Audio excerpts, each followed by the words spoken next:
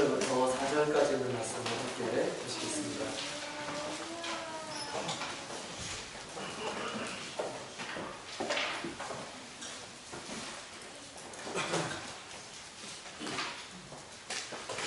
사도행전 2장 1절부터 4절까지 있는 말씀 많이 들리시죠? 함께 위해서라도 큰 소리로 함께 같이 읽겠습니다. 시작! 오순절날에 주님 이름에 저희가 다 같이 한 곳에 모였더니 우연히 하늘로부터 높고 강한 바람 소리가 있어 저희 안에는 온 집에 가득하며 불의 같이 갈라지는 것이 저희에게 보여 각 사람에게 임하였더니 저희가 다 성령의 충만함을 받고 성령이 말하게 하심을 따라 다른 언어로 말하기를 시작하니라. 아멘. 할렐루야. 할렐루야. 평안하셨습니까? 아멘. 우리 영혼은 우리 하나님 앞에 있을 때 가장 안전하고 또 평안함을 느끼게 됩니다. 오늘 믿음으로 우리 생명 되신 우리 주님 앞에 찬송 드리시고 또 감사 드리시고 영광 돌리시는 그 안식일 되기를 원합니다. 무엇보다도 성령의 충만함을 받으시기 원합니다. 우리가 살 길은 성령의 충만함입니다. 그래서 오직 성령의 충만함을 받으라 라고 그렇게 말씀하고 있습니다. 오직 성령의 충만함을 받으라. 성령의 충만함이라는 사람들은 힘이 있습니다. 성령께서 주시는 그런 힘이죠.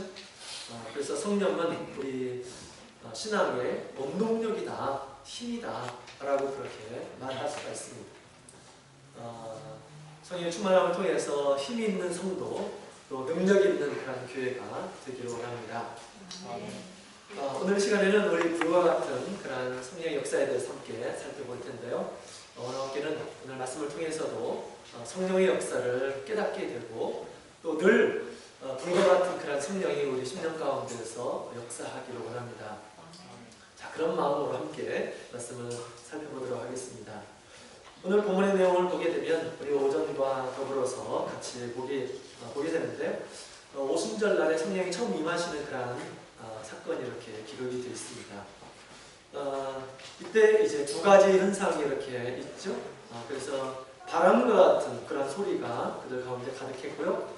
또 한 가지는 불의 혀 같은 것이 갈라지는 것이 저희 가운데 보였더라라고 그렇게 이야기를 하고 있습니다. 여기서 나오는 이 불의 혀는 도대체 무엇일까? 우리가 모닥불을 피우면 이 불의 혀 같은 것이 공중으로 올라가죠. 그런데 모닥불은 밑에서 위로 올라갔다면 이 불의 혀는 위에서 내려온 것이죠. 위에서 내려왔습니다. 보는 사람에 따라서 불꽃과 같고 아니면 불덩이와 같은 그런 모습이지 않았을까라는 그런 생각을 해보게 됩니다. 도대체 성령이 내리는데 갑자기 왜 불이 출현했을까요? 또 성령을 불과 같은 성령이다 라고 그렇게 얘기하는데 도대체 불과 같은 성령이라는 것은 도대체 무엇일까? 라는 것을 오늘 이 시간에 같이 살펴보기를 원합니다. 우리가 구약 성경에 있는 말씀들을 쭉 이렇게 보다 보면 우리 하나님의 임재는 불과 함께 임하시는 그런 모습들을 우리가 자주 목격을 하게 됩니다. 출애굽기 23장에 있는 말씀을 보게 되면 하나님께서 모세를 부르실 때 이 떨기나무 가운데에서 모세를 부르시는 그런 장면이 나옵니다. 사도행전에 보면 이 떨기나무가 가시가 달려있다라고 이렇게 얘기하죠. 가시 떨기나무 가운데에서 모세를 불렀어요. 근데 희한한 게 이 가시 떨기가 사라지지 않았습니다. 그래서 그 불은 또 고통불이 아니었고요. 또 하나님께서는 그 불 가운데에서 모세를 부르더라 라고 그렇게 이야기를 하고 있습니다. 왜 하나님께서 불 가운데에서 계셨고 또 왜 모세에게 불을 보여주셨던 것일까요? 또 시내산에서 하나님께서 이스라엘 백성들과 언약할 때 보면 이 빽빽한 구름 그리고 그곳에 빛이 임했다라고 그렇게 얘기를 하고 있죠. 불이 임했습니다. 불. 출애굽기 29장 18절. 그 다음에 모세가 시내산에서 40일 동안 있을 때 우리 시내산에서 하나님과 함께 있을 때 우리 하나님께서는 그 산 위에서 맹렬한 불과 함께 하나님의 영광이 그곳에 있었다라고 그렇게 이야기를 하고 있습니다. 뿐만 아니라 하나님께서 이스라엘 백성들을 광야에서 이끄실 때 구름 기둥으로 그들을 인도하는 그런 장면이 나옵니다. 자, 그리고 우리 에스겔에게 우리 하나님의 보좌를 보여주실 때 그 구름 속에 불과 반짝이는 빛이 보였더라라고 그렇게 이야기를 하고 있습니다. 이렇게 곳곳에 보면 우리 하나님께서 임재하실 때 불 가운데서 임재하시는 그런 모습을 우리가 보게 됩니다. 도대체 이 불은 무엇일까? 또 성령이 내릴 때 불과 같이 있는데 이 불은 우리 가운데서 어떤 일을 할까라는 것을 함께 살펴볼 텐데 이 성령이 내릴 때 불과 같이 임한 것은 오늘날에도 그런 일들이 있는 것 같아요. 제가 대만에 수학할 때 제 후배로 들어온 그런 친구가 있었는데 자네는 어떻게 신학을 하게 됐는지 물어봤어요. 그랬더니 아주 뜻밖의 간증을 하시더라고요. 간증을 하는데 자신이 중학교 때 이제 성령을 받았다는 것입니다. 근데 그 전에는 모태신앙이었는데 하나님이 계시는 것도 자기가 잘 몰랐고 그냥 부모님에 따라서 교회를 다녔는데 학생부 영혼회 때 이렇게 이제 교회에 와서 함께 모여서 기도를 하는데 열심히 기도를 하죠. 그런데 뒤에서 이제 기도도 안 하고 그래서 기도하는 척하고 이렇게 기도를 하는데 갑자기 뭔가 붉은 것이 보이더래요. 눈을 감았는데도 불구하고. 그래서 눈을 딱 떴답니다. 떴더니 천장에서 불꽃이 쭉 이렇게 밑으로 내린다는 것입니다. 불꽃이. 그러면서 사람 위에 이렇게 머물면 그 사람이 막 진동을 하더래요. 진동을 하더라고요. 그래서 그 모습을 보고 깜짝 놀랐답니다. 사도행전 2장에 있는 그런 일들이 지금도 벌어지는구나 라는 것을 알게 됐다는 것이에요. 그때서부터 열심히 성령을 구해가지고 성령을 받게 되었고요. 또 그때서부터 우리 어머님을 따라서 새벽 기도를 이렇게 다니기 시작해서 이제 헌신을 하게 되었다라고 그렇게 얘기를 하더라는 것입니다. 우리 하나님께서는 필요에 따라서 이렇게 지금도 이렇게 이런 환상을 통해서 불과 같은 그런 성령을 주시는 것을 보게 됩니다. 그렇다면 왜 하나님께서 불로 임했을까? 성령이 불과 같이 임했을까? 뭔가 나름대로 이 성령이 하시는 일과 또 불의 어떤 기능 이런 것이 아주 유사한 면들이 있기 때문에 주님께서 분명히 이렇게 말씀하셨으리라 생각이 됩니다. 이 불의 정체는 무엇일까요? 여러분 불의 특징은 첫 번째로는 사물을 데우거나 태우죠. 태우는 일을 합니다. 그 다음에 두 번째로는 불은 빛을 비춰요. 빛을 비추는 역할을 하죠. 불이 있는 곳에 이렇게 빛이 있고 환하게 되죠. 그 다음에 세 번째로는 열을 냅니다. 불은 열을 내요. 이런 몇 가지의 어떤 특징이 불 가운데 있습니다. 자, 이것이 성령하고 무슨 상관이 있는가라는 것을 같이 살펴볼 텐데요. 특별히 우리 하나님께서 거하시는 성소를 통해서 성령의 역사를 조명하길 원합니다. 우리 성령을 받은 이러한 사람들은 영적인 이 불이, 성령의 불이 우리 가운데 와 있음을 우리는 믿음으로 받아들여야 되겠습니다. 오순절날에 어떤 현상적으로 보여지는 그런 이 불이 그냥 현상적으로 보여지는 것에서 끝나는 것이 아니고요. 이 불이 나에게도 지금 역사하고 있다라는 그런 생각을 반드시 가져야 하겠습니다. 그 성령은 오늘날 우리 가운데서 어떤 역사를 하고 있는지 우리 같이 한번 살펴보도록 하겠습니다. 자, 우리 첫 번째로 우리 레위기서 9장에 있는 말씀을 함께 보도록 하겠습니다. 레위기서 9장.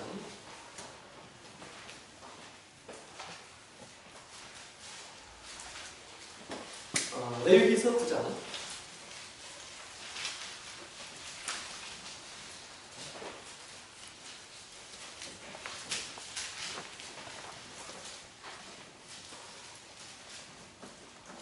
레위기 9장 24절에 있는 말씀. 자, 우리 23절, 24절에 있는 말씀 함께 읽겠습니다. 23절, 24절. 네, 다 같이 읽겠습니다. 시작. 모세와 아론이 광야에 들어갔다가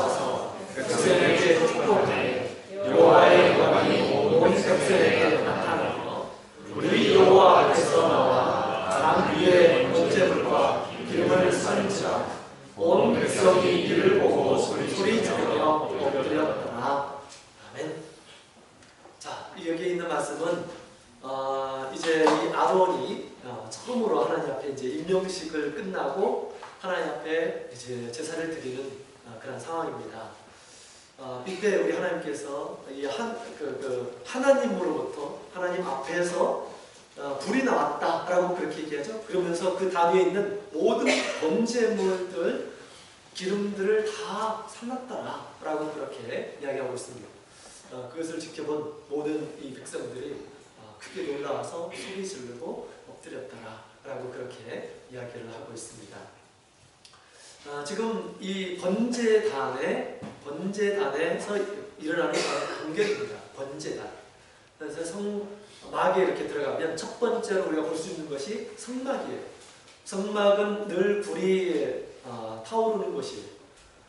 또 제사장들에게는 늘 이 불이 끊이지 않도록 하라라고 그렇게 얘기하죠. 레위서 6장에 있는 말씀을 보게 되면 하나님께서 그렇게 그들의 제사장의 임무에 대해서 말씀하실 때 이런 말씀을 하셨습니다. 자, 12절 레위서 6장 12절에 있는 말씀을 함께 읽겠습니다. 시작. 단 위에 불은 항상 피워 꺼지지 않게 할지니 제사장은 아침마다 나무를 그 위에 피우고 번제물을 그 위에 올려놓고 화목제의 기름을 그 위에 살치며 불은 끊이지 않고 단 위에 피워 꺼지지 않게 할지니라. 아멘. 지금 이것은 아직 제사를 한 번도 하지 않은 가운데 하나님께서 미리 율법을 쭉 주시는 그런 말씀이고요. 그 후에 이제 제사장 위임식이 있고 그 후에 처음으로 이제 하나님 앞에 제사를 드리는데 하나님 앞에서 이것은 하늘에서 내려왔거나 아니면은 그 지성소 쪽에서 불이 와서 그것을 살렸을 것이다 이렇게 얘기를 하는데 어쨌든 하나님께로부터 오는 그런 불이 있었습니다.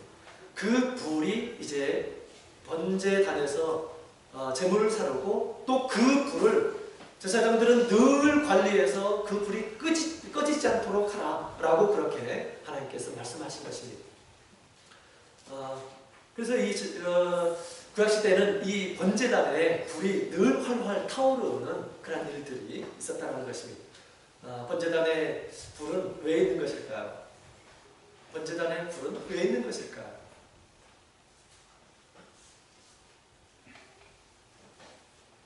여러분, 이 번제단에 불은 왜 있는 것일까요? 하나님 앞에 제사 드리기 위해서 있는 것이죠? 하나님 앞에 제사 드리기 위해서. 그래서 이 불은 하나님께 먼저 가기 위해서 가장 먼저 있는 것입니다. 번제단이 없으면 성소도 없습니다. 성소도 들어갈 수가 없어요. 먼저 번제단에서 하나님 앞에 번제를 드리고 또 속죄제를 드리고 화목제를 드리고 그런 가운데서 하나님 앞에 거룩하게 되고 이제 성소와 지성소로 이렇게 들어갈 수가 있게 되는 것이죠. 우리 백성들도 만약에 번제단이 없다면 죄 가운데서 죽게 되었을 것입니다. 늘 그 번제단은 우리의 죄를 늘 백성들의 죄를 깨끗하게 하는 그런 곳입니다.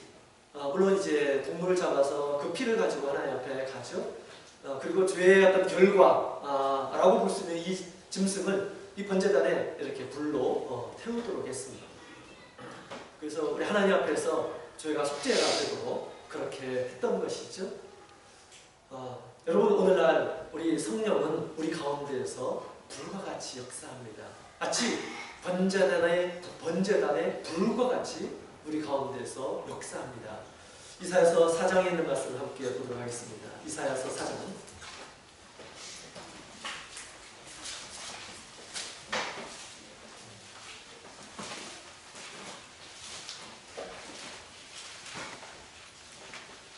이사야서 4장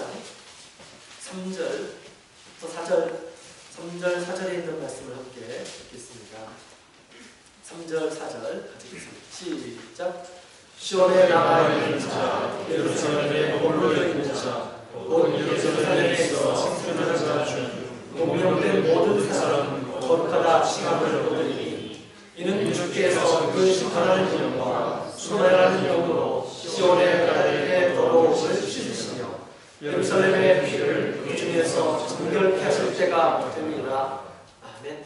자, 이건 예언의 말씀입니다. 예언의 말씀이에요. 하나님께서 이제 세우실 그런 나라가 있습니다. 이쪽으로 보면 이제 그 시온에 남아있는 자, 또 예루살렘에 머물러 있는 자라고 그렇게 얘기했는데, 오늘날 이 교회는 우리 하나님 앞에서 그 하늘에 있는 시온산이다라고 그렇게 얘기하죠. 새 예루살렘이다라고 그렇게 이야기를 하고 있죠. 그곳에서 끊임없이 우리 하나님의 영이 그들의 죄를 소멸하는 그런 역할을 한다라는 것을 얘기해주고 있어요. 그래서 시온의 딸들의 모든 더러움을 깨끗하게 씻어준다라고 얘기하고 있는데, 그것이 우리 하나님의 영으로 가능케 됨을 얘기를 하고 있죠. 주께서 그 심판하시는 영과 소멸하는 영으로 시온의 딸들의 더러움을 씻으신다라고 그렇게 이야기를 하고 있습니다. 소멸이라는 것은 무엇입니까? 소멸이라는 것은 불로 태워 없앤다라는 그런 뜻입니다. 불로 태워서 없앤다라는 것이죠. 오늘날 우리 성령이 우리 가운데서 활활 타오르게 돼야 하는 그런 이유가 여기 있는 것입니다. 불이 활활 타오르고 있어야 돼요. 타오르고 있어야지 그것에 우리의 이 죄의 허물, 이런 것들을 우리가 깨끗하게 태울 수가 있습니다. 우리 가운데 있는 이런 더러움이 이 성령의 불로 태워서 없앨 수 있다라는 것입니다. 여러분, 오늘날 우리 성도들은 성령을 받은 우리의 성도들은 우리의 몸이 하나님의 성전이다라고 그렇게 얘기하고 있죠. 우리 고린도전서 3장에 보면 우리의 몸이 하나님의 성전이다. 하나님의 성전에는 먼저 번제단이 있습니다. 번제단이 우리 가운데 있나요? 이 번제단에 반드시 하나님께서 보내주시는 불이 있어야 됩니다. 하나님이 주신 그런 불이 없다면 절대 속죄가 되지 않습니다. 아닥과 아비오는 다른 불을 가지고 이렇게 하나님 앞에 제사를 드렸죠. 그 가운데서 불이 나와서 저주를 받게 되었습니다. 죽게 되었어요. 하나님께서 주신 이 불이 우리 가운데서 반드시 있어야 합니다. 또한 우리 성도들은, 성령을 받은 우리 성도들은 왕같은 제사장이다 라고 그렇게 이야기를 하고 있습니다. 제사장이에요. 제사장의 일은 무엇입니까? 하나님께서 주신 불을 잘 관리해야 되는 책임이 있습니다. 늘 끊이지 않고 활활 타오르도록 해야 할 그런 책임이 있습니다. 따라서 우리 성령이 우리 가운데서 불과 같이 임했는데, 이 불을 늘 잘 관수해야 되고요, 늘 활활 타오르도록 우리가 유지해 있어야 하겠습니다. 그럴 때 우리 가운데 있는 이런 허물들이 있어요. 허물들, 우리 하나님 앞에 부족한 것들이 있습니다. 이것들이 늘 깨끗이 함을 받게 되는 것이죠. 그렇습니다. 우리가 영적인 제사장으로서 늘 제사를 드리는 일하는 사람으로서 나의 죄를 해결하기 위해서 늘 성령의 그런 불과 같은 성령을 의지해서 그 불에 우리의 허물들을 태우는 일들을 해야겠습니다. 자, 그렇다면 어떤 방식으로 이렇게 우리의 허물들을 태울까요? 우리 성령이 보면 심판하는 영이다. 우리 하나님의 영이 심판하는 영이라고 얘기하고 있죠. 우리 예수님께서도 말씀하셨습니다. 내가 너에게 보낼 보혜사는 죄에 대해서, 심판에 대해서, 의에 대해서 말씀하시는 그런 분이시다 라고 그렇게 얘기합니다. 끊임없이 우리 성령께서는 우리 가운데에서 나에게 의로운 것이 무엇인지, 또 하나님께서 심판할 것에 대해서 말씀을 해주시고요, 악에 대해서 말씀을 해주시고 하시는 것입니다. 우리 가운데 계시는 우리 성령은요, 우리가 하나님 앞에서 잘못한 일들을 하게 될 때 근심을 합니다. 마음에 큰 자책을 이렇게 얻게 돼요. 이럴 때 우리가 반드시 우리 성령으로 하나님 앞에 기도해야 됩니다. 기도하게 될 때, 애통하면서 기도하게 될 때 그 자체가 곧 이제 불로 태우는 것입니다. 불로 나의 이 더러움을 태우는 것입니다. 그리고 하나님 앞에서 회복되는 것입니다. 성령이 그 일들을 사실은 하고 있어요. 우리의 마음에 약간 자책의 마음을 줍니다. 너 왜 이렇게 살아? 너 왜 그걸 잘못했어? 라고 그렇게 질책을 하면서 그것을 번제단 앞으로 나와서 이것을 태우도록 하는 것입니다. 그래서 진정 우리가 성령의 충만한 가운데서 기도하게 될 때 눈물이 나면서 하나님 앞에 그렇게 회개를 하게 되는 것이죠. 그런 일들이 있기 위해서는 우리가 반드시 늘 우리 가운데 있는 불이 활활 타오르야 돼요. 우리 가운데 있는 이 불이 다 꺼져 있어서는 절대 안 됩니다. 큰일 납니다. 소멸되지 않아요. 우리의 더러움이 소멸되지 않습니다. 그래서 늘 우리가 늘 성령의 충만함을 위해서 늘 기도하고 있는 가운데 이러한 일들이 벌어지는 것입니다. 왜 능력의 기도가 되지 못하는가? 하나님 앞에 기도할 때 능력의 기도가 되지 않는 그런 경우가 세 가지의 경우가 있을 수 있습니다. 첫 번째로 우리 이사야서 59장에 있는 말씀을 보면 이런 말씀이 있어요. 이사야서 59장.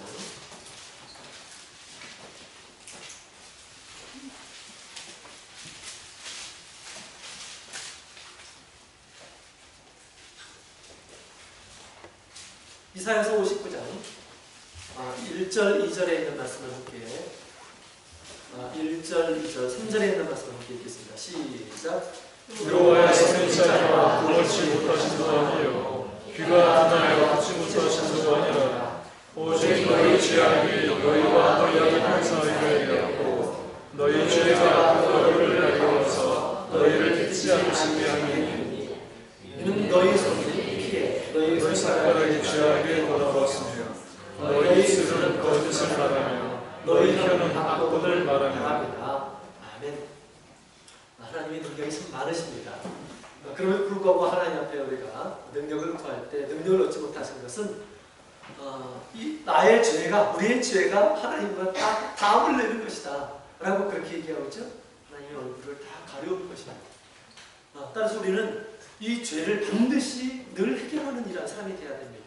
하나님께서 우리의 선한 양심 가운데서 지적하실 때 사람이 사는데 다 그렇게 사는 거지, 이런 마음으로, 강박한 마음으로 있으면서는 절대 안 됩니다. 그러면 하나님 앞에 내가 정작 하나님 앞에 구할 것 하나님께서 듣지 않으신다 라고 그렇게 이야기를 하고 있습니다. 이것이 능력의 우리 주님을 모시고 살면서 가장 힘들게 하는 것이 이것이 아닌가 생각이 돼요. 우리가 믿고 있는 분을 전능하신 분이시다 라고 그렇게 얘기합니다. 그러나 나의 삶 가운데서는 전혀 어떤 능력도 얻지 못하는 그런 모습으로 우리가 살게 됐을 때 이것은 겉모습만 있는 그런 신앙이다 라고 그렇게 볼 수가 있죠. 경건의 모양만 있는, 경건의 능력은 없는 그런 신앙의 모습인 것입니다. 왜 이렇게 되는가? 여러분, 우리가 죄가 있으면 먼저 속죄 제사를 하나님 앞에 드려야 되는 것입니다. 그럴 때 내가 하나님 앞에 감사로 번제를 드릴 수 있고요. 또 화목제도 드렸을 때 하나님께서 받게 되시는 것이고요. 그 가운데 더욱 하나님을 가까이 가고 그럴 수 있는 것이죠. 그러나 평소 우리 안에 있는 성령의 불이 꺼져 있거나 아니면 어떤 재물도 태울 수 없는 그런 상태가 된다면 늘 하나님 앞에서 늘 자신의 죄를 우리 영은 하나님 앞에 처절하게 울부짖으리라 생각이 됩니다. 나의 죄를 해결해 주십시오. 죄가 계속해서 쌓여서는 안 됩니다. 늘 우리가 성령의 충만한 가운데서 불이 활활 타오른 가운데서 나의 죄가 생각날 때마다 그 불로 태워야 됩니다. 태워야 됩니다. 그리고 언젠가는 번제단이 없는 그런 신앙생활을 해야 합니다. 우리의 모든 죄를 극복해내는 그런 신앙생활을 해야 합니다. 그래서 계시록에 있는 말씀을 보게 되면 11장에 있는 말씀을 보면 11장 1절에 있는 말씀을 보면 계시록 11장 1절부터 2절까지 있는 말씀을 함께 보겠습니다. 시작. 또 내게 직방하는 갈대를 주시며 일어나서 하나님의 성전과 제단과 그 안에서 경배하는 자들을 청량하되 성전과 나라는 청량하지 말고 그냥 두라. 이것을 이방인에게 주었으면 저희가 거룩한 성을 42달 동안 짓밟으리라. 아멘. 여기는 말세에 벌어지는 일들에 대해서 얘기해 주고 있습니다. 여기 보면 어느 때가 되면 성전 밖은 이방인들에게 준다라고 그렇게 이야기를 하고 있습니다. 성전 안에 있는 것만 하나님께서 측량하시고요, 그것을 지키시니 성전 안에 있는 성전, 제단, 그 안에서 경배하는 자들만 청량을 하신다라고 그렇게 이야기를 하고 있죠. 여기서 이 제단은 번제단이 아닙니다. 향단을 가리켜서 얘기하는 것이고요. 여기서 말하는 이 성전 밖이라고 하는 것은, 성전이라고 하는 것은 나우스, 그래서 성소, 그러니까 진설병, 그 다음에 금촛대, 그 다음에 분향단이 있는 성소, 지성소를 가리켜서 얘기하고 있습니다. 그래서 그 성소 밖에 있는 것, 그러니까 거기에는 레위인의 뜰, 그리고 번제단까지 포함되는 그러한 개념입니다. 거기에 있는 이러한 사람들은 이방인들에게 주어서 이방인과 같이 이방인에게 짓밟혀서 그렇게 살게 될 것이다 라고 그렇게 얘기를 하고 있습니다. 그래서 어느 때는 우리가 온전하게 모든 죄를 극복하고 번제단 없이 늘 예수님과 함께 동행하면서 모든 것을 극복하고 예수님께서 죄를 이기신 것처럼 그런 삶을 분명히 살아야 되고요. 또 그런 때가 분명히 있을 것이다 라고 이야기를 하고 있습니다. 그러나 그렇게 되기까지는 우리 가운데 많은 허물들이 있습니다. 하나님 앞에 죄악들이 있습니다. 그것들을 태우려고 우리 하나님께서는 성령을 주시고 성령의 불을 우리 성전 가운데서 늘 활활 타오르기를 원하십니다. 우리가 제사장으로서 늘 그 불을 활활 타오르는 그런 유지를 제사장으로서 해야 되고요. 그 불로 우리의 죄의 허물들을 태워나가겠습니다. 우리 일상생활 가운데에서 그렇게 성령께서는 우리의 죄를 비춰주십니다. 자책하도록 하십니다. 또 눈물로 하나님 앞에 회개하도록 만드는 그런 일들을 합니다. 이것이 제사장의 일이에요. 그것이 제사장의 일입니다. 그죠? 제사장의 일. 제가 광주에 있을 때 이런 일이 있었습니다. 그때 이제 학생부 영어회가 이렇게 이제 시작이 됐어요. 근데 이제 광주교회에서는 저녁에 또 프로그램이 있어가지고 먼저 학생들을 보내놨습니다. 그래서 이제 저녁 식사 때가 되어서 같이 이제 식사를 하는데, 우리 학생들은 이제 전주교회로 갔죠. 그리고 이제 저는 그때 이제 강사였기 때문에 뭐 이제 토요일 날 끝나고 나서 이제 가도 되고, 아니면 이제 일요일 날도 가도 되고 그런데, 그래도 이제 토요일 날 밤에 이제 가려고 생각을 했습니다. 왜냐면 이제 가서 안수도 해주셔야 되고 하니까. 근데 저녁을 먹다가 우리 한 형제님께서 제안을 하더라고요. 목사님, 내일 그 진만초등학교에서 축구팀을 섭외를 해놨습니다. 그래서 우리 교회 형제들하고 우리 믿지 않으신 분들 이렇게 해가지고 축구를 한번 아침에 조기 축구를 한번 했으면 좋겠는데 목사님 꼭 참석했으면 좋겠습니다. 그런 얘기를 하더라고요. 그래서 딱 그 이야기를 듣자 한편에 갈등이 생겼습니다. 그래서 내가 가야 되는데 또 한편으로는 내가 뭐 안수 책임자는 아니니까 강의 책임자니까 일요일날 뭐 가도 되겠지 이런 생각을 이렇게 가졌습니다. 그래서 타협을 했어요. 그래서 우리 성도 숫자도 적고 그러니까 그래 가서 축구 한번 하자라고 그렇게 얘기를 하고 그 다음날 이제 축구를 했습니다. 축구를 아주 이제 재밌게, 제가 잘 하지는 못하지만 재밌게 합니다. 그래서 축구를 막 하다가 거의 끝날 때쯤이 돼서 상대편이 막 이제 제가 공을 딱 잡고 있었는데 상대편이 막 공을 뺏으려고 막 오더니 공은 뺏지 않고 갑자기 제 엄지발가락을 꽉 밟는 거예요. 그래서 너무 아팠습니다. 그 밟는 그 고통의 순간에 아차라는 생각이 들어요. 아차, 그래. 지금 우리 청년들은, 학생들은 하나님께 은혜를 받겠다고 지금 그 방학 때도 이렇게 포기하고 지금 전주교회 가가지고 지금 열심히 기도하고 그러는데 목자라고 하는 사람이 축구 때문에 걔네들은 우리 아이들을 방치하고 그렇게 축구하러 가면 되겠습니까? 안 돼요. 우리 성도님도 하시는데 안 되죠. 딱 밟힐 때 제가 올 것이 왔구나 라는 그런 생각이 들었어요. 올 것이 왔구나. 그래서 양말을 이렇게 딱 벗어봤습니다.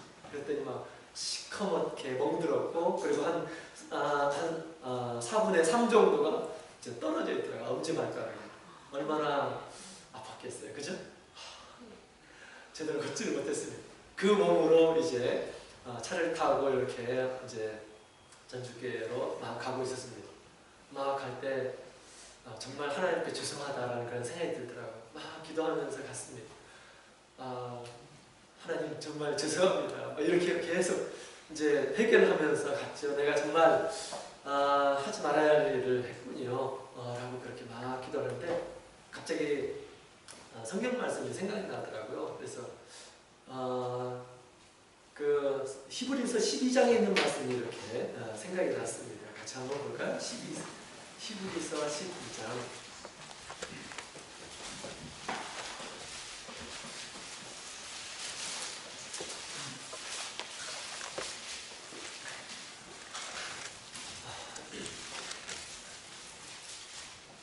자, 우리 히브리서 12장 5절부터 6절에 있는 말씀을 함께 읽겠습니다.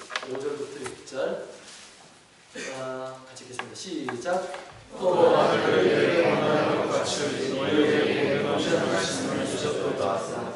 이르시되 내 아들아 주의 징계하심을 경히 여기지 말며 그에게 고질하는 받을 낙심하지 말라. 주께서 그 사랑하시는 자를 징계하게 하시고 그의 당신은 아들마다 칙칙하게 하시니라 하였으니 아멘. 자, 여기 있는 말씀을 이미 생각났다고. 하나님께서 징계를 하시는 이유가 있습니다.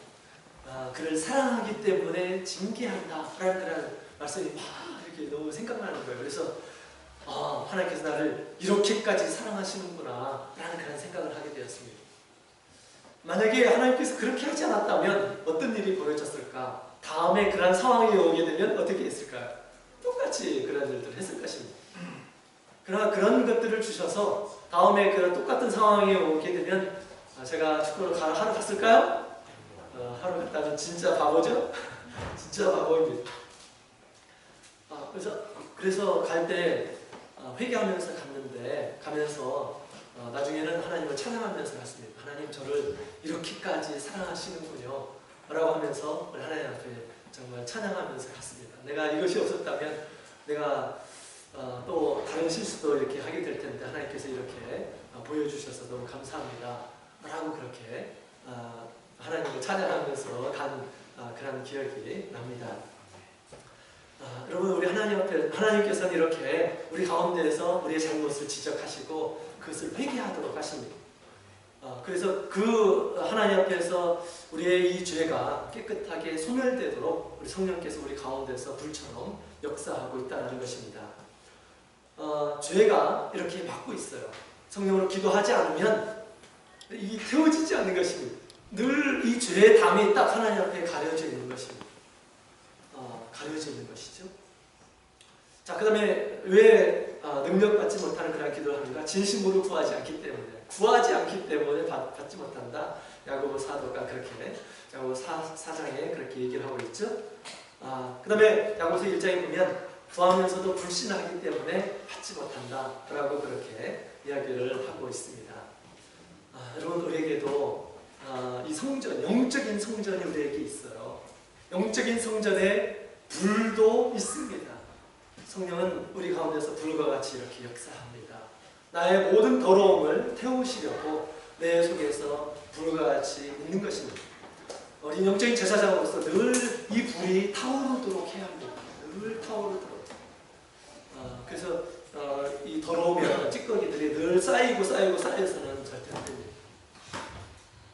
이 불은 소멸해서는 안 됩니다. 그래서 바울 사도는 하나님의 감동을 소멸하지 않도록 하라 라고 그렇게 이야기를 하고 있죠. 자, 그 다음에 두 번째로 성령이 불과 같이 이렇게 역사하는데요. 성령의 불은 또 한 가지, 우리 성소 안에 한 가지 또 하나의 불이 있습니다. 그 불은 금촛대의 불입니다. 금촛대. 성소 안에 들어가게 되면 그 안에 세 가지 성불이 있죠. 거기에 금촛대가 있습니다. 금촛대의 이 불을 늘 또 관리하는 것이 제사장의 일이었어요. 그것은 밤마다 관리했습니다. 밤에 끊이지 않고 계속 이렇게 타도록 했죠. 그것이 또 제사장의 일이었습니다. 제사장의 일이었어요. 그 불은 반드시 먼저 켜져야 합니다. 그 불이 있을 때, 그 다음에 그러니까 진설병에 떡을 이렇게 올려놓을 수가 있어요. 또 그 불이 켜져 있을 때 또 분향단에서 분향을 할 수가 있습니다. 그 불이 꺼져 있으면 아무것도 할 수가 없어요. 그 불이 늘 켜져 있어야 됩니다. 늘 켜져 있어야 돼요. 그래야지 하나님의 말씀을 상징하는 그 떡을 먹는 거예요. 진설병 떡을 먹을 수 있는 것입니다. 또 하나님 앞에 뭔가 간구하고 기도하고 요청하고 하는 것들이 그것이 가능하게 되는 것이죠. 이 모든 것이 무엇으로 시작되냐면 불이 켜져 있어야 된다는 것입니다. 불이 켜져 있어요. 그래서 성령의 불은 그런 역할을 합니다. 우리가 성령의 충만함을 받게 되면 마치 성령의 성소 안에 불이 켜져 있는 것 같아요. 성령의 불이 켜져 있으면 거기에서 하나님의 말씀을 제대로 먹을 수가 있습니다. 성령은 하나님의 말씀으로 그것을 먹을 수 있는데, 다시 말하면 하나님의 말씀을 제대로 이해하게 되고 깨닫게 되는 것입니다. 하나님의 말씀을 제대로, 천국의 말씀을 제대로 깨닫게 될 때 그때서부터 열매를 맺기 시작하더라 라고 예수님께서 그 비유의 말씀을 하셨습니다. 깨닫기 위해서는 반드시 성령의 충만함, 성령의 어떤 민감한 그러한 감동이 우리 가운데 있어야 합니다. 왜? 성경이 감동으로 쓰여져 있거든요. 또 말씀이 성령의 감동으로 이루어지거든요. 그래서 이 주파수를 맞추는 것입니다. 성령의 충만함이 우리 가운데 있어야지 하나님의 말씀을 제대로 이해할 수가 있게 되고요. 그 하나님의 말씀을 제대로 깨닫게 되고 또 그 말씀을 실천할 수가 있게 되는 것이죠. 그런 용도로 이 금초대에 불이 있는 것입니다.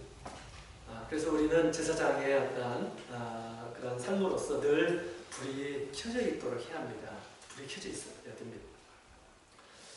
성령의 충만함을 늘 우리가 가지고 있을 때 우리 한편으로 나의 죄를 깨끗이 하고 또 한편으로 하나님의 말씀을 제대로 받아먹어서 나의 영육간의 큰 양식이 되고 강건하게 되죠. 성령의 충만함이 늘 있어야 됩니다. 목자님, 도대체 성령의 충만함은 어떻게 받는 것입니까? 라고 그렇게 궁금하시죠? 궁금하시죠? 자, 여러분, 성령의 충만함은 특별한 것이 아닙니다.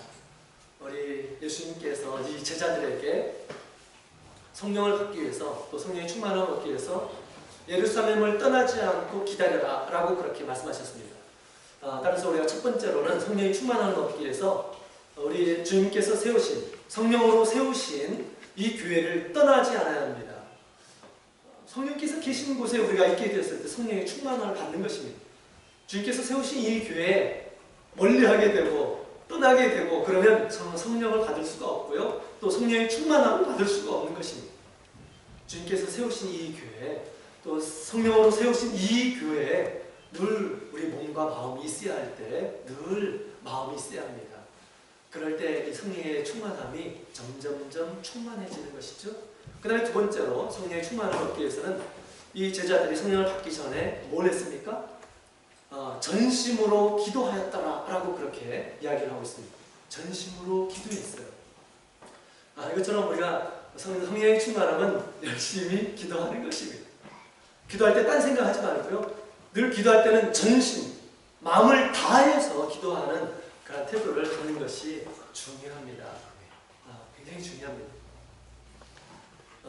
그래서 이제 10일 동안 그들이 열심히 다락방에서 기도하죠. 그런 가운데서 이제 성령을 받게 되는데 아주 충만한 그런 성령을 받았습니다. 이처럼 우리가 때가 되면 하나님께서 점점 이렇게 충만하게 그렇게 우리 가운데에서 역사함을 우리가 느끼게 될 것입니다. 또 한 가지로는 이 제자들이 거기서 이렇게 기도하는 가운데 그들 가운데 있는 이 죄악을 깨끗이 했습니다. 가룟 유다의 죄악을 드러내고 질책하고 책망하고 했죠. 그래서 우리가 하나님의 집에서 하나님의 말씀을 들으면서 나의 어떤 이 더러운 것들을 계속해서 깨끗하게 하는 가운데 성령의 충만함이 우리 가운데에서 임하게 됩니다. 성령은 말 그대로 거룩한 영이에요. 거룩한 영은 더러운 곳에 임하지 않습니다. 더러운 곳에 하나님의 성령이 막 충만하게 임하는 것이 아닙니다.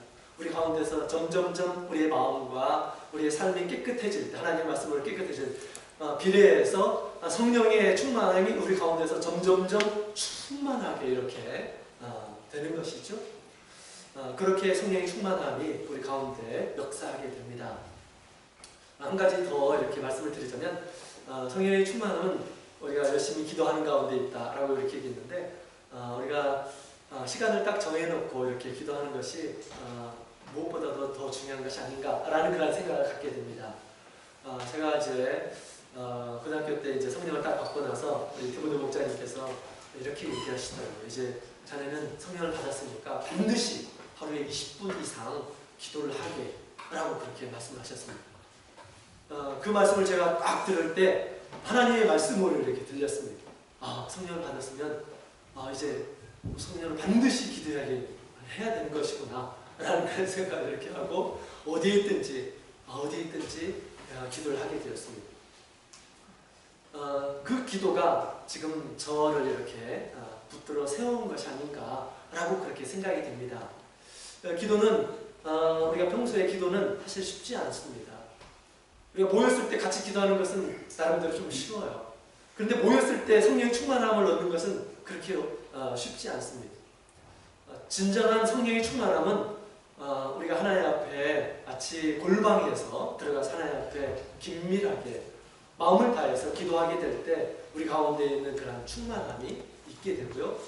또 우리가 시간을 정해놓고 기도하게 됐을 때 나의 하루의 삶 가운데서 기쁜 일이 있을 때 그 기쁨을 하나님 앞에 함께 나누고 슬픈 일이 있을 때 그 슬픔을 하나님께 함께 나누고 기도할 때 막 방언소리 이런 거에 신경 쓰지 않고 그저 우리 하나님 앞에서 정말 전심을 다해서 나의 모든 것을 알고 하나님 앞에 구하는 그러한 아주 순수한 그러한 그 기도 가운데에서 하나님의 놀라운 그런 은밀한 가운데 주시는 성령의 충만함을 반드시 이렇게 경험하리라 그렇게 생각이 됩니다.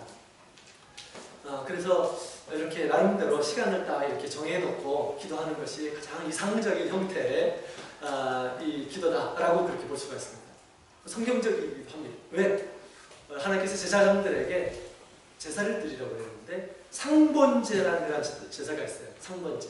그것은 아침에 하나님 앞에 드리고 저녁 때 하나님께 드리는 것입니다. 상번제. 그래서 끊이지 않고 계속 드리는 것입니다. 그것이 제사장들의 일상이에요. 제사장들의 일상입니다. 늘 끊이지 않게 불을 이렇게 계속 피우는 것이죠. 또 하나님께 제사를 드리는 것이죠. 따라서 우리는 이제 영적인 제사장들이에요. 그것은 나의 생활이다. 기도는 나의 생활이다. 라고 그렇게 생각해야 됩니다. 그럴 때 성령의 충만함이 점점점 우리 가운데 충만하게 됩니다. 성령의 충만함을 받게 되면 성령이 우리 가운데서 주시고자 하는 어마어마한 그런 은혜를 얻게 되는 것이죠. 비둘기의 은혜를 체험하게 됩니다. 또 기름의 은혜를 체험하게 됩니다. 또 바람과 같은 그런 은혜를 체험을 하게 됩니다. 또 오늘 불과 같은 그런 은혜들을 우리가 누리게 되는 것이죠. 자, 그래서 우리 성령의 충만함 가운데 하나님 말씀을 제대로 이해하게 된다. 영적인 양식을 제대로 섭취하게 된다라는 것을 방금 전에 같이 배웠고요.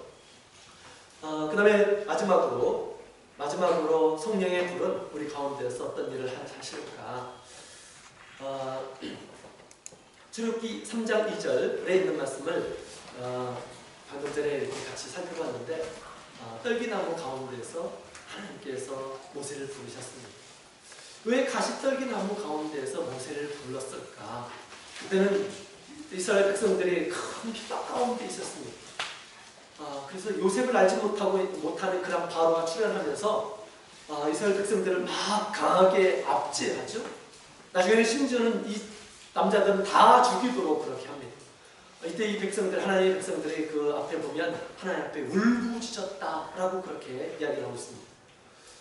그래서 이 가시나무에서 나타난 하나님은 마치 이스라엘 백성들이 가시나무에 그런 고통을 당하고 있는 그런 것을 보여주고 있는 것이죠. 형상적으로. 가시에 찔리면 얼마나 고통스럽습니까?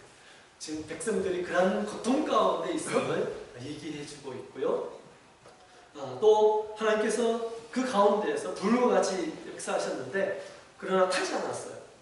다시 말하면 이것은 우리 하나님께서 핍박 가운데 이 백성들과 함께 그들 가운데 계시고 뿐만 아니라 핍박을 받았지만 가시나무가 사라지지 않고 없어지지 않는 것처럼 하나님께서 보호하심을 통해서 그들이 계속해서 강건하고 또 더 성장하는 그런 모습으로 있었다는 것입니다. 비록 고통은 있었지만 그것을 이렇게 보여준 것이고요. 그다음에 또 한편으로는 우리 하나님의 뜨거운 사랑을 보여주고 있는 것입니다.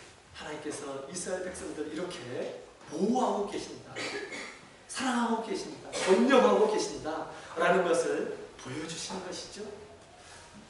그렇습니다. 그 성령의 불은 우리 하나님의 마음을 대변해주고 있습니다. 하나님의 이스라엘 백성을 향한 그런 뜨거운 그런 마음을 가지고 있는 것입니다. 모세도 우리 하나님을 가까이 하게 됩니다. 처음에는 이스라엘 백성들이 막 이 모세를 원망하고 오늘도 치려고 하고 그럴 때 모세가 하나님 저를 죽여주십시오. 제가 저희를 낳습니까? 라고 그렇게 얘기하죠. 그런데 나중에 하나님과 늘 동행하는 가운데서 이스라엘 백성들의 큰 죄로 인해서 죽게 되었을 때 모세는 뭐라고 얘기합니까? 하나님 저를 대신해서 죽이십시오. 저를 대신해서 이스라엘 백성들을 살려주십시오 라고 그렇게 얘기합니다. 우리 하나님의 그 마음을 하나님의 어떤 그 사랑의 마음 또 하나님께서 이스라엘 백성들에게 하시고자 하는 그런 열심을 이 모세도 가진 그런 모습을 우리가 보게 됩니다. 그래서 우리 성령의 불은요, 우리 하나님의 마음을 품도록 해주시는 것입니다. 하나님의 마음, 뜨거운 그런 마음을 우리 하나님께서는 성령을 주시고 그 마음의 감동을 통해서 우리를 뜨겁게 해주시고 또 선한 일에 열심히 있는 그런 백성이 되도록 그렇게 해주시는 것입니다. 마치 찬송가의 가사처럼 나의 손이 주의 손과 포개해져서 일하게 하시고 또 나의 발이 주님의 발과 포개어져서 일하게 하는 그런 열정을 하나님의 마음을 우리 가운데 주시는 것입니다. 하나님의 일은 성령이 우리 마음을 뜨겁게 감동하지 않으면 할 수가 없습니다. 힘이 빠지고 도저히 어려워가지고 할 수가 없습니다. 하나님의 일은 하나님의 성령이 이끌어 가십니다. 제가 목회를 하면서 선물을 이렇게 3번 아주 의미 있는 그런 많은 선물을 제가 사실 받았습니다. 근데 의미 있는 그런 선물을 3가지를 받은 적이 있습니다. 그 3가지를 받을 때마다 하나님의 손길이 보여지더라고요. 하나님의 손길이 보여지더라고요. 첫 번째는 제가 청주에 있을 때입니다. 아직 이제 전도자가 되지 않은 실습 신학생 때였습니다. 그때 이제 윤득도 목사님과 함께 제가 이렇게 동역을 했습니다. 청주에서 천안과 함께 이렇게 견임을 했습니다. 윤득도 목사님께서 이제 하도 바쁘셔가지고 어느 날은 제가 안식일 통째로 다 맡아야 됐습니다. 그래서 이제 토요일 날 아침에 일찍 청주에서 예배를 드리고 그 다음에 천안에 가서 오후 예배를 드리고 바로 와가지고 청주에서 청년부 예배를 드리고 그러고 나서 기도회를 또 2번을 했습니다. 그러면 안식일 날에 몇 번을 인도해야 됩니까? 1번, 2번, 3번, 4번, 5번을 인도해야 했습니다. 그때 전도자 시기도 아니었어요. 신학생의 시기였습니다. 여기도 신학 하시는 분들 많이 계시죠? 열심히 지금 신학생의 시기였습니다. 말씀 한 편 한 편 준비하는 것이 저에게는 굉장히 힘들었었던 그런 때였습니다. 근데 안식일에 한 번에 5편을 이렇게 준비해가지고 인도해야 되는 것이 저한테는 너무 힘들었고요. 그 다음에 밤에 잠을 못 자는 그런 일이 있었습니다. 근데 어쨌든 하나님의 은혜로 다 마쳤어요. 다 마치고 청주에서 이제 제 숙소에서 딱 있는데 갑자기 문을 똑똑똑 두드리더라고요. 똑똑똑. 그러면서 한 모친께서 이렇게 들어오시더라고요. 하면서 신학생님 힘드시죠? 이거 드세요. 하면서 동충합초 한 박스를 딱 가져와서 주시는 거예요. 신학생님 힘드시죠? 이거 먹고 힘내세요. 라고 그렇게 얘기하는데 그 모습이 곧 하나님께서 천사를 보내어 주셔서 주시는 그런 음성이고 그런 음료였다라는 그런 생각이 막 드는 것입니다. 나의 이 피곤함을 아시고 우리 목자님들이 이렇게 힘들다 이렇게 생각하시는 분들 별로 없을 것입니다. 그때는 제가 신학생으로서 진짜 제가 힘들었습니다. 많이 힘들었어요. 너무 힘들다 라는 그런 생각이 들었어요. 이때 하나님께서 이렇게 힘내니까 이거 먹고 힘내 라는 그러한 하나님의 그런 뜻을 이렇게 받으면서 그렇구나, 나의 일들을 하나님께서 다 알고 계시는구나, 내가 이렇게 힘든 것을 하나님께서 다 기억하시는구나 라는 것을 이렇게 생각을 하게 되었어요. 그러면서 제가 막 회복이 되더라고요. 그 음료수를 마시면서 눈물이 나면서 하나님께서 주시는 그런 거구나 하면서 먹으면서 힘이 막 솟더라고요. 그 다음에 또 한 번은 동국계에 있을 때 이런 적이 있습니다. 한 우리 자매님께서 넥타이와 와이셔츠를 가지고 왔더라고요. 그래서 목자님 이거 목자님께 드립니다 라고 이렇게 얘기하더라고요. 그래서 이 웬걸요? 라고 했더니 취직을 했답니다. 취직을 해가지고 저한테 이걸 가져왔다는 것입니다. 그래서 이 취직을 했는데 왜 이걸 나한테 가져다 주냐? 하나님한테 헌금하면 되는 거지. 했더니 하나님한테 헌금은 따로 했습니다. 이것을 드리겠습니다 라고 이렇게, 제가 한 번도 와이셔츠를 그때까지 받아본 적이 없었습니다. 그래서 제가 이걸 도대체 받아야 되는가 굉장히 망설였습니다. 이때 그 자매님께서 하시는 말씀이, 목자님 이것은 목자님께 드리는 것이 아니에요, 이것은 하나님께 드리는 것입니다 라고 그렇게 얘기하더라고요. 그때 그것이 아무것도 아니었지만 제가 하나님께서 보내신 이라는 사람으로 저를 세워주는 그런 역할을 이렇게 하게 되었습니다. 저 스스로는 별것 아닌 이라는 사람으로 이렇게 생각했지만 많은 이 성도들이 이렇게 하나님께서 보내주신 이런 사람으로 이렇게 알게 되었을 때 저에게는 더 큰 목회에 더 큰 원동력이 되었고요. 또 우리 성도님들을 볼 때마다 더 이렇게 이제 마음이 느껴지고 또 하는 일들이 더 이렇게 기쁨으로 할 수가 있었고요. 또 더 열심으로 할 수 있었던 그런 계기가 되었던 것 같습니다. 그 다음에 최근에 있었던 일이었습니다. 제가 최근에 이제 우리 안산하고 안양하고, 이전에 이제 안양에서 있었지만 비슷한 규모의 안산을 함께 이렇게 견임을 하게 되었습니다. 그러면서 이제 나이가 또 들면서 갑자기 이제 몸도 두 군데를 이렇게 맡으면서 거의 비슷한 그런 규모의 교회입니다. 그래서 한 군데도 뭐 이렇게 손을 놓을 수가 없는 그런 상황인데요. 그러면서 이제 제 몸이 딱 반절이 되어서 이제 반절은 안양에서 또 반절은 안산에서 이렇게 목회를 하고 있습니다. 그래서 그런지 좀 무리가 되고 그랬던 것 같아요. 그래서 어르신들이 나이가 드시면 막 목이 뻐근하다고 어깨가 아프다고 그렇게 말씀하시는데 저분들 왜 그러시나 이런 생각했는데 지금은 좀 알겠더라고요. 지금은 어깨가 잘 돌아가지가 않습니다. 목이 막 뻐근하고 이렇게 그렇더라고요. 그런데 어느 날 이제 그 안양교회에 이렇게 있을 때 중학생이죠. 중학생 한 그 여학생이 저한테 와가지고 이렇게 얘기하더라고요. 목자님, 제가 목자님께 드릴 선물이 있습니다 라고 그렇게 얘기하더라고요. 무슨 선물? 라고 이렇게 얘기했어요. 그랬더니 부끄럽다는 듯이 딱 이렇게 내놨습니다. 그 선물은 저에게 아주 의미 있는 그런 선물이었습니다. 그 선물은 십자가였습니다. 십자가. 자기가 손수 이렇게 그 나무를 깎고 자르고 해가지고 십자가를 이렇게 딱 만들었고요. 그 다음에 색깔도 이렇게 딱 칠했습니다. 새카맣게 딱 칠했어요. 그 십자가를 저에게 주시더라고요. 제가 만든 거예요 라고 하더라고요. 제가 그것을 딱 나름대로 기대를 하고 이렇게 무슨 선물을 얘가 나한테 줄까 했는데 십자가를 주는 것입니다. 그 십자가를 이렇게 봤는데 그 십자가는 저에게 아주 큰 의미가 이렇게 있었습니다. 마치 저의 어떤 삶을 이렇게 얘기해 주는 것 같았습니다. 너 목회하는데 지금 많이 힘들지? 힘들지? 그래도 포기하지 마라. 포기하지 마라. 그러면서 십자가를 주시면서 나는 너에게 이렇게 십자가의 그 큰 사랑, 큰 은혜를 이렇게 베풀어 주었다. 나는 너를 위해서 이렇게 죽기까지 하였다.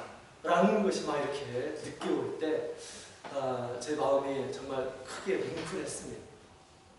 그 선물을, 십자가의 선물을 이렇게 받았어요. 그래서 받으면서 내가 지금 하나님 앞에 하는 것은 사실은 아무것도 아니구나. 나의 고통증은, 나의 어깨 통증은 사실은 아무것도 아니구나 라고 이렇게 느껴졌고, 지금 하는 일들을 포기하지 말고, 그 다음에 힘들다고 손 떼지 말고 이것을 계속해서 하라. 내가 너에게 준 사랑은, 내가 너를 위해서 대신한 그런 고통은 비교할 수 없는 것이다 라는 것을 그 십자가를 통해서 이렇게 제가 느끼게 되었습니다. 그 십자가가 있었기에 또 제가 힘을 내게 되었습니다. 또 내가 하는 일들에 대해서 예수님께서 나에게 주신 것에 비하면 사실은 아무것도 아니구나 라는 그런 생각을 하게 되었고, 그런 열심으로 하나님을 섬기는 그런 원동력이 되었던 것입니다. 여러분, 이런 것은 우리 성령께서 우리 마음 가운데서 역사하시는 것입니다. 깨닫대로 하시는 것이죠. 깨닫대로 하시는 것입니다. 그러면서 하나님을 위해서, 또 하나님의 마음을 품고 하나님의 집을 위해서 열심을 내라고 지금 그렇게 우리 가운데에서 불과 같이 역사하는 것입니다. 이 바울 사도에게도 우리 하나님께서 주신 성령의 불이 죽을 때까지 끊이지가 않았습니다. 늘 활활 타오르고 있었습니다. 어떻게 그렇게 열심으로 일했을까? 바울 사도는 이렇게 고백을 하고 있는데요. 같이 보시겠습니다.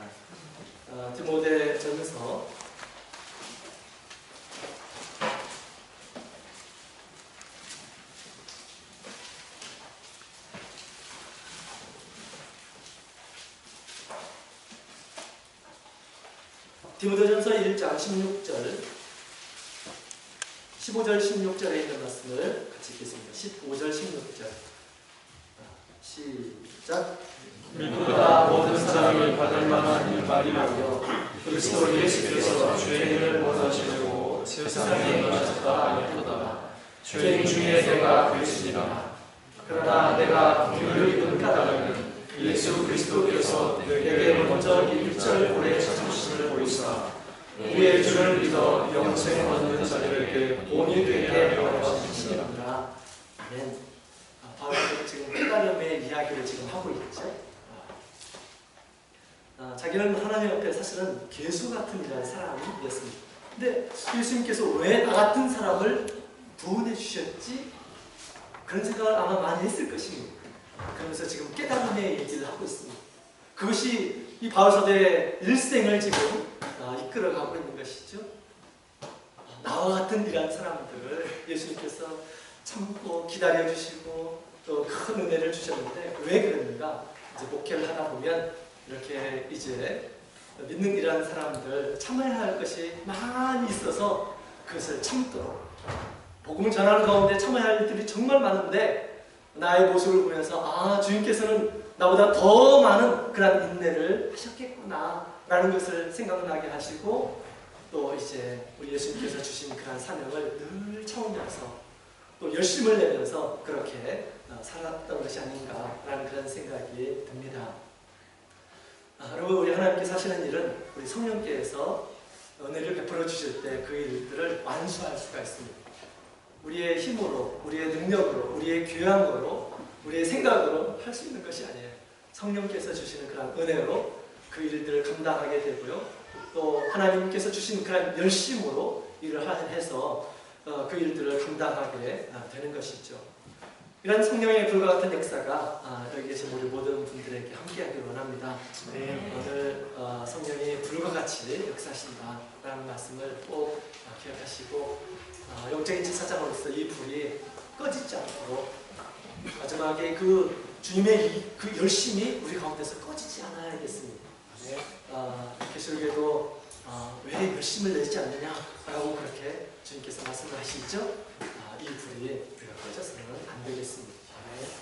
다 같이 묵도드리겠습니다.